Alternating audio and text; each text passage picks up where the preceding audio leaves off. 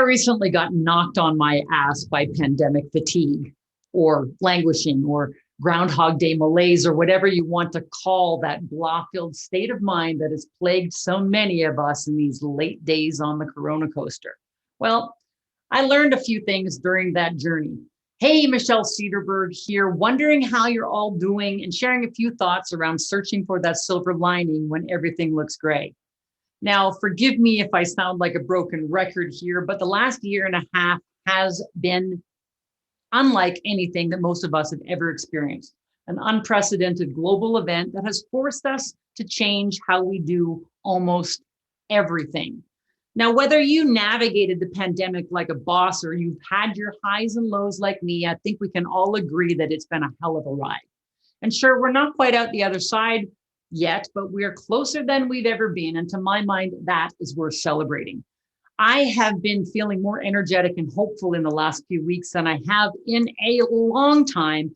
And I chalk it up to a couple of key strategies that I implemented. So one by accident and one on purpose, and I'm going to share them with you now. First, my accidental strategy. When the pandemic laws first hit me, I'll admit that I wallowed for a few days, maybe longer. And I was quite hard on myself during that time because I wasn't getting that much done, which didn't help me feel any better. So I took the advice of my coach and I shifted my approach from self-deprecation to self-care. I allowed myself a bit of guilt-free downtime to process how I was feeling and to determine what I needed for myself to feel better. Now, while I managed to get some work done during that time, dog walks, gardening, and naps also favored heavily in my schedule.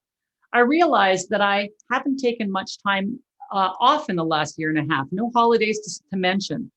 So I was tired and unfocused, and what I really needed was rest and relaxation, not a daily browbeating from my inner critic.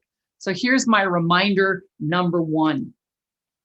If you're feeling pandemic blahs, don't try to fight your way out the other side of them. Just pause and pay attention to what you need right now. And second, I chose to get grateful. This one took a little bit of work because I was feeling a bit like Grumpy from the Seven Dwarfs, but I know the power of looking for the good, so I dug in. The process actually inspired day 2 and 3 of my free 6-day work-life reset. So let me explain that. In my malaise, I struggled to identify more than a few things that I was grateful for, particularly because I was just so frustrated with everything. Then I recalled a journaling exercise I used to do back in my early 30s that helped me see the silver linings back then at a time when I was certain there were no silver linings. My counselor at the time told me, write out all your frustrations, all your anger, all your hurt from the day, get it all out, and then finish by writing down 3 things that you're grateful for. Very interesting, very simple, but very powerful. It's very normal to be angry at life sometimes, and it's actually good to get it out. In psychological terms, it's called emotional ventilation, and there are several worthwhile benefits. I mean, honestly, no amount of positive thinking or gratitude listing can equal the cathartic impact of getting it all off your chest. And it turns out that emotional ventilation is also a great precursor to the practice of gratitude, because while I initially found it difficult to end my rant with 3 things that I was grateful for, over several days, the venting eventually subsided and the silver linings started to appear. So here's my reminder number 2. It's not healthy to stuff the bad feelings, and you can't fake gratitude if you do. Let it go and then look for the good.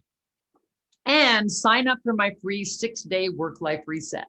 On day 2, you get to do your own frustration dump. And on day 3, I share 2 gratitude exercises. And one of them is for if you don't feel grateful. Cheeky, I know. If you're on IG, the link to sign up is in my bio. And if you're anywhere else, it's in the notes or comments below. And I want to remind you that the reset is great, even if you're feeling wonderful about life. So sign up and I'll tell you why next week.